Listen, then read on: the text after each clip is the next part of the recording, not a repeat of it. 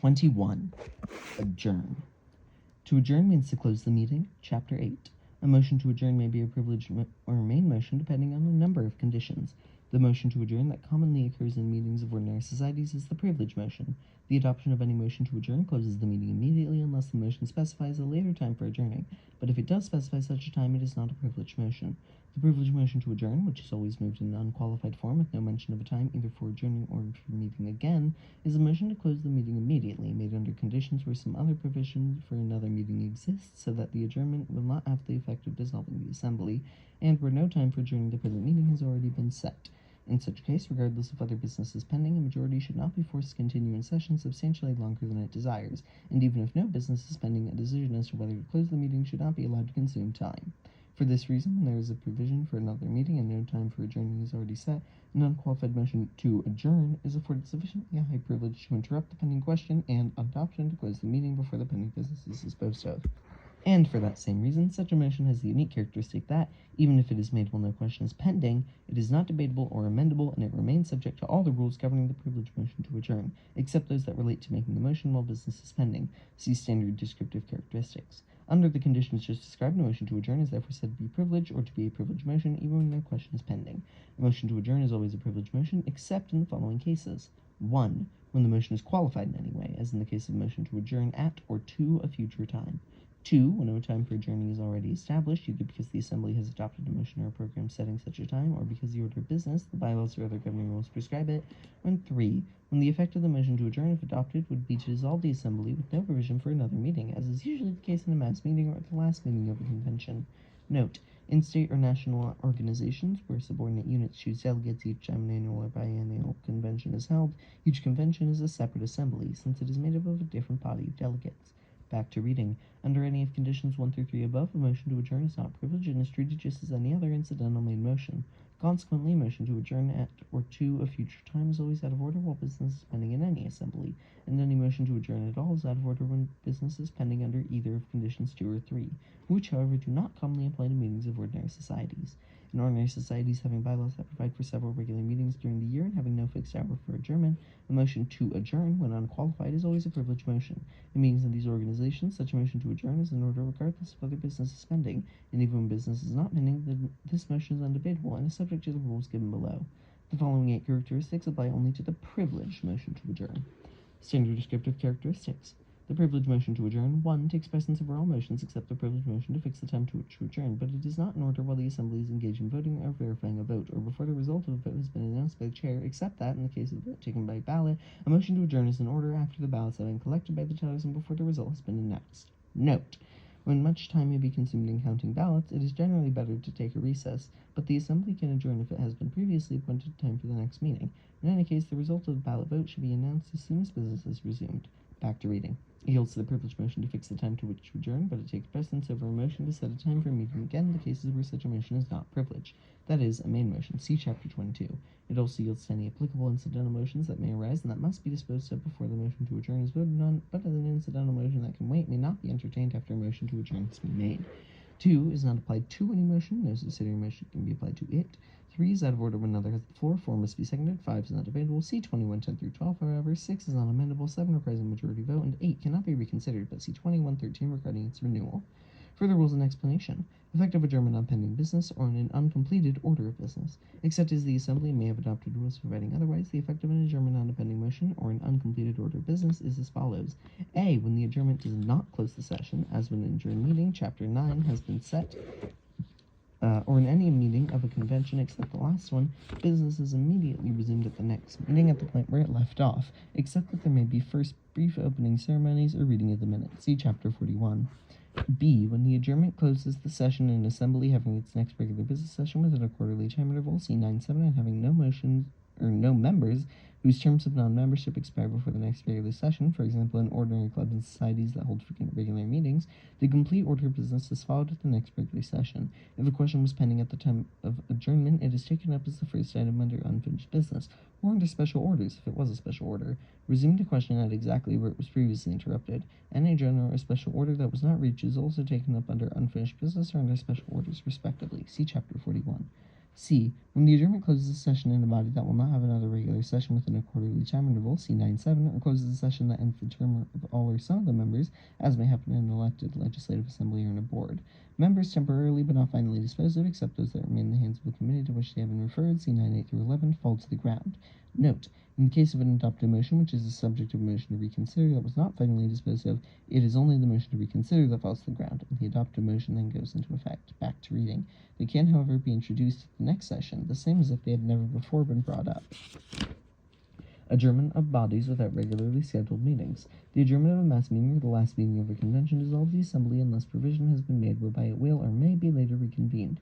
When adjournment would dissolve an assembly, the motion to adjourn is a main motion. A motion to close the session in an assembly that will thereby be dissolved or will not meet again for a long time unless called into authorized special session under the bylaws or other governing rule is often referred to as a motion to adjourn sine die, which means to adjourn without day. See also 826. If the bylaws of an organization provide for the calling of a special convention after the regular convention session has been held, this assembly should meet as a distinct session with a body of delegates and alternates that must be chosen anew under provisions established in the bylaws. However, program items normally associated with conventions of the organization need not be provided for. If a board or committee meeting is adjourned without any provision having been made for future meetings, the next meeting is held with the call of the chairman. See also 5021 through 22. Consequently, since there usually is no fixed hour for adjournment, the unqualified motion to adjourn is usually privileged in boards or committees. When a special committee has completed the business referred to it, however, it rises and reports, which is equivalent to the main motion to adjourn sine die, or without day. Parliamentary steps that are in order while the privileged motion to adjourn is pending, or after the assembly has voted to adjourn. Although the privileged motion to adjourn is undebatable, the following parliamentary steps are in order while it is pending: to inform the assembly of business requiring attention before adjournment, to make important announcements, to make but not to take up. Note: because of time limits on moving a reconsideration, a motion to reconsider is allowed to be made and recorded but not to be considered while a motion to adjourn is pending, or even after it has been voted to adjourn and before the chair has declared the assembly adjourned. A motion to reconsider that is made at such a time normally must wait to be called up at a later meeting, unless it is made before the motion to adjourn is voted on and that motion is withdrawn and voted down. If the reconsideration is moved after it has been voted to adjourn and it appears to require immediate attention, however, the chair must then retake the vote on the motion to adjourn. See unique characteristics of the motion to reconsider, 37.8. Back to reading. A motion to reconsider a previous vote. To make a motion to reconsider and enter on the minutes, 3746 through 52. To give notice of a motion to be made at the next meeting or on the next day in a session consisting of daily meetings where the motion requires previous notice, see 1044 through 51. And to move to set time for an adjourned meeting, chapters 9 and 22, if there is no meeting scheduled for later within the same session. Any of the above steps that are desired should be taken care of earlier if possible, but there may sometimes be no such opportunity, particularly in a convention or session of several meetings that is following an adopted agenda or program, chapter 41, or in cases where a meeting of an ordinary society adjourns before completing its regular order of business. If any matters of the types listed above arise after it has been moved to adjourn, the chair should state the facts briefly, or a member who rises and addresses the chair for the purpose may do so, or make the necessary motion or give the desired notice before the vote is taken on the motion to adjourn. If something requires action before adjournment, the member who moved to adjourn can be requested to withdraw his motion. Regardless of the type of motion by which it is voted to adjourn, the meeting is not closed until the chair has declared that the meeting is adjourned or stands adjourned, and members should not leave their seats until this declaration has been made. After it has been voted to adjourn, but before the chair has declared the meeting adjourned, it is still in order to take any of the steps listed above in 2110 if necessary. In announcing an affirmative vote on a motion to adjourn, the chair should usually pause before declaring the meeting adjourned, saying, "The ayes seem to have it." The ayes have it, and the meeting is adjourned. The pause affords time for members to demand a division, chapter 29, on the vote to adjourn, or to take any of the other steps just described. If the chair learns, immediately after declaring the assembly adjourned, that a member seeking the floor for one of these purposes had risen and addressed the chair before the adjournment was declared, then, since the adjournment was improper and this breach was properly noted, the chair must call the meeting back to order, but only long enough for the purpose for which the member legitimately sought the floor. Legitimate renewal of the privilege motion and its abuses. Since the motion to adjourn may be voted down because the majority wish to hear one speech or take one vote, the motion must be renewable as soon as there has been any progress in business or even material progress in debate. With this privilege of renewal and the high rank of the motion are sometimes abused to the annoyance of the assembly. The chair should therefore refuse to entertain a motion to adjourn that is obviously made for obstructive purposes. For example, when a motion to adjourn has just been voted down, nothing is taking place since to indicate that the assembly may now wish to close the meeting. If a member who has not properly adjourned the floor calls out, "I move to adjourn," such a call cannot be entertained as a motion except by unanimous consent. See dilatory motions, chapter 39. Cases where the Assembly can adjourn without a motion. If an hour for adjourning a meeting within a convention or other session of more than one meeting has been scheduled, either in an agenda or program or by the adoption of a motion setting a time, no motion to adjourn is necessary when that hour arrives. The chair simply announces the fact and declares the meeting adjourned, as described for recess in 26. Note that is Chapter 20, Paragraph 6. If the Assembly does not then wish to adjourn, the matter is handled as a case of setting aside the orders of the day, as explained in 18A. See also 4156. If such a meeting wishes to adjourn earlier, it is done by a main motion, which, however, can be adopted by a majority vote. See 21.3. The rules stated above regarding parliamentary steps that are in order after it has been voted to adjourn are applicable in this case also. When it appears that there is no further business in a meeting of an ordinary local society that normally goes through a complete order of business, Chapter 41, at each regular meeting, Chapter 9, the chair, instead of waiting or calling for a motion to adjourn, can ask, is there any further business? If there is no response, the chair can then say, since there is no further business, the meeting is adjourned. Form an example. The following forms may be used for either a privilege or a main motion. I move to adjourn, or I move that the meeting now adjourn. Additional forms in order as a main motion are, I move that the club now adjourn to meet at 8 p.m. on April 10th, or I move that the convention adjourn sine die, or adjourn without day. Assume that while a resolution is pending in a regular monthly meeting of a local society, a member obtains the floor and moves to adjourn, and the motion is seconded. Since the motion is privileged and therefore undebatable, the chair immediately puts the question.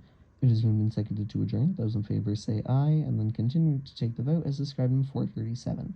If the motion is adopted, the chair announces the result and declares the meeting adjourned, first making sure that no member is seeking the floor as described in 2112. If the motion is lost, the chair, after announcing the result, immediately restates the resolution that was pending when the motion to adjourn was made. After the pending resolution has been disposed of, or if there has been sufficient debate to show that the Assembly now wishes to adjourn, a new motion to adjourn is in order. If such a motion is made and seconded, there is no other business. The chair, if he senses a general desire to adjourn, can suggest unanimous consent, 458 through 63, as follows. If there is no objection, the meeting will now adjourn. Since there is no objection, the meeting is adjourned. The adjournment may be signaled by a single rap of the gavel, if desired.